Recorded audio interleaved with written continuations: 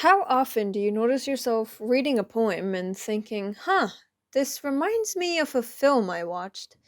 And I don't mean how the imagery or language strikes a particular sense or feeling from the past. I mean, you can visualize every detail of the poem as if it was taken out of a movie. You can physically see the dialogues from the movie switching with the stanzas from the poem, and every single brain cell you have is exploding with imagination. I was reading Isabella or The Pot of Basil, and the more I read it, the more I could not stop picturing the characters from The Princess Bride. Now, Isabella or The Pot of Basil is a poem by John Keats. It was published in 1818, and the story itself is adopted from a story by Giovanni Boccaccio in the Decameron. On the other hand, The Princess Bride is a Hollywood classic, released in 1987 and mostly known as a fantasy adventure comedy, but this film was also adapted from a novel itself. But both the poem and the film tell basically the same tale. It's about a daughter of a somewhat wealthy family who falls in love with a poor boy, and the two are separated by trials and times beyond their control. So, Keats's poem tells the story in a far more serious manner than The Princess Bride. In the poem, Isabella falls in love with Lorenzo, who's a poor mine worker, and he happens to work in the mines belonging to Isabella's brothers. Her brothers, on the other hand, are the worst people that you could come across. In their mines, they treat their workers like slaves, possibly starve them, and also fully intend on marrying Isabella off into a rich family just so they can make more money off of her. Now, when Lorenzo steps in, the brothers decide that the only solution is to kill Lorenzo, bury his body in the forest, and lie to Isabella, instead telling her that Lorenzo abandoned her. However, what they don't foresee is that Lorenzo visits Isabella in her dreams, tells her where he's buried.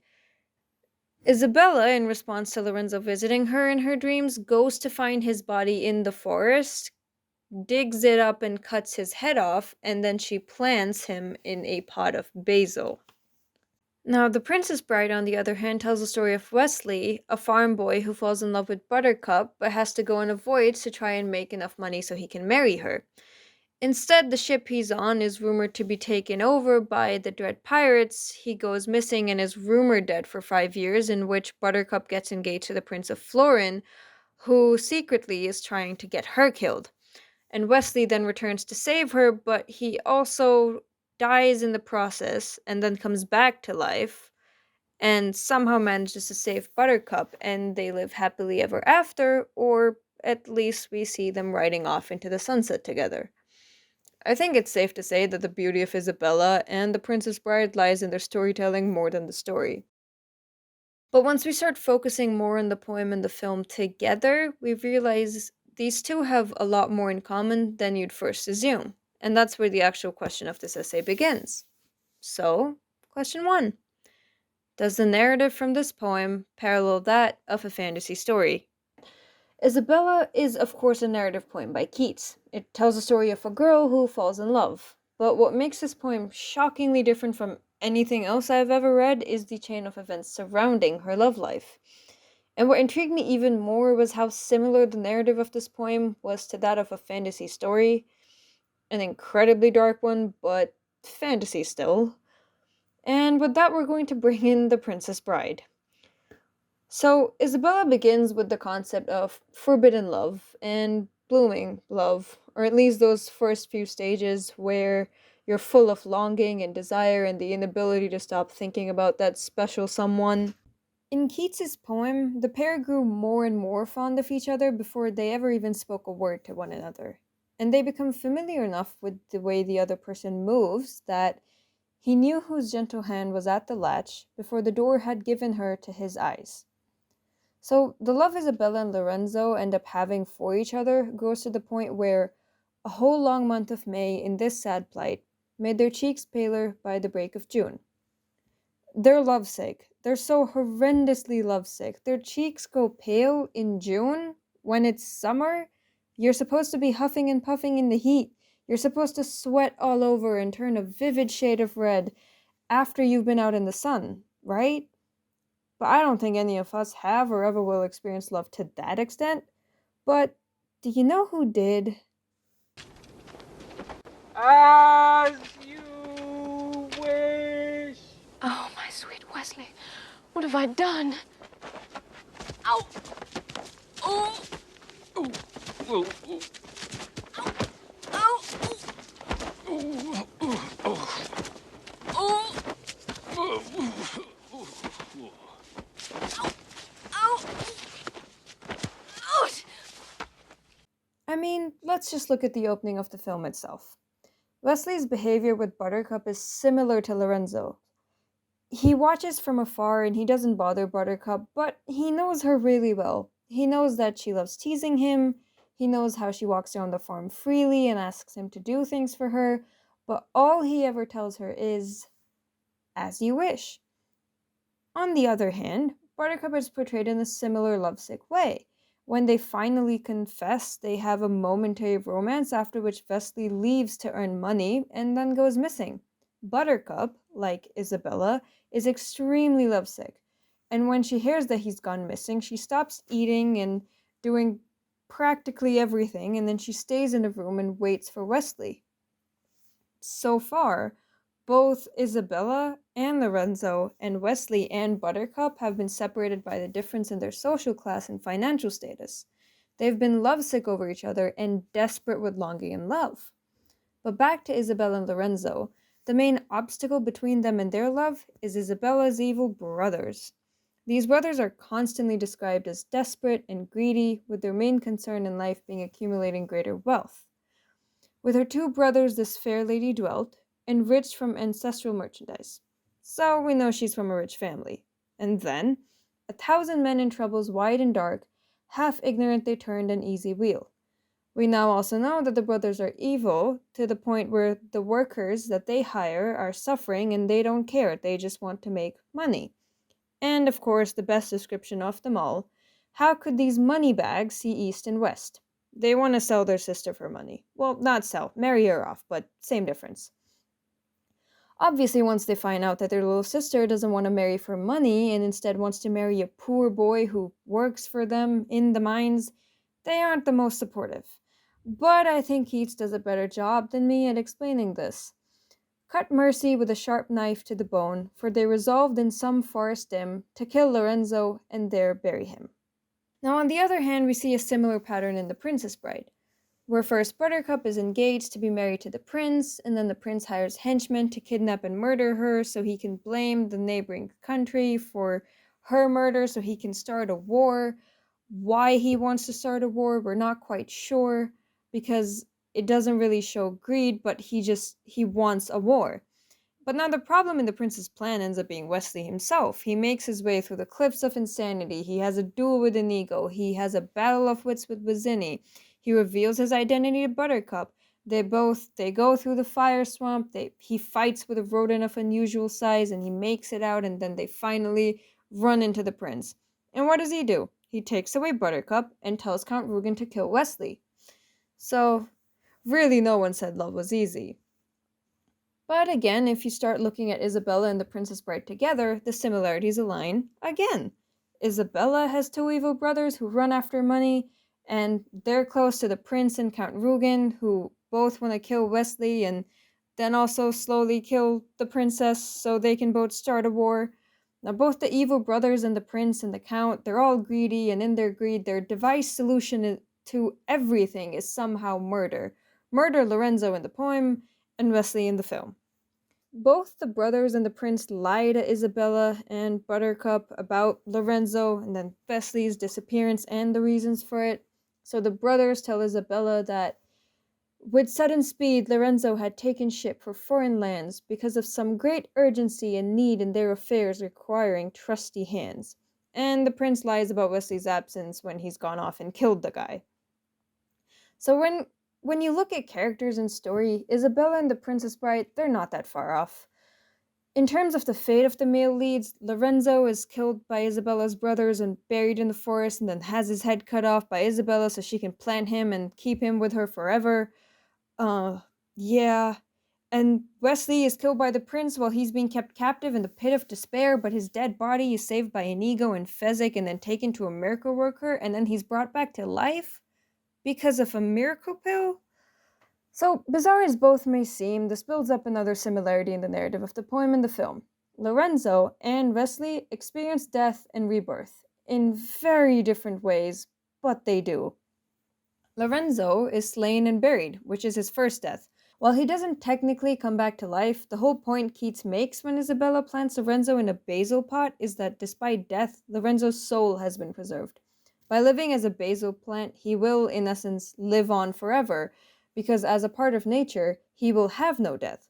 He'll just be part of an eternal continuum that'll live long past human life, and yeah, Isabella's brothers steal the pot, which leaves Isabella alone and incomplete again, and then she dies from heartbreak. But at the same time, when she dies, she's also joining nature. And as she joins nature, she also joins Lorenzo, and in some horrible way, the two are together in life and death. And this time, they would eternally be together, since they're both one in nature. So she may have lost him in life, but she made sure that she wouldn't in death. For Isabel, sweet Isabel will die a death too lone and incomplete. Now they have taken away her basil sweet. Good God, this is sad. But on a completely different note, Wesley's death and rebirth are infinitely more positive in the film, so when he returns from the dead, yeah, he suffers the momentary loss of movement, and he needs help walking because he doesn't have feeling in his legs and can't walk again, but this isn't permanent, and he gets to ride a horse into the sunset with his princess and kiss her at the end. But answering the main question of this section of the essay, does the narrative from this poem parallel that of a fantasy story? Yeah, I think it does. Keats and then the film The Princess Bride share the narrative differently. Keats's characters start the poem suffering and somehow are in way worse pain than they were from the start. And The Princess Bride is supposed to be humorous in its storytelling, especially since the reason it's iconic is because it's one of the first films to adopt a newly ironic method of narrating a comedy, which was previously less explored. Regardless of their differences in themes and tone, the two bodies of work are inherently capturing the same story in different styles. The conclusions they offer the reader are different in tone, but the characters' journeys are almost one and the same. So this brings the first part of the essay to the conclusion that, despite being a poem, Isabella, or the Pot of Basil, offers the readers the chance of experiencing a poem as if it were a fantasy story. Just don't read it to your kids before bed, I think. Okay, so now, question 2. Can the poem multifunction as a folk tale?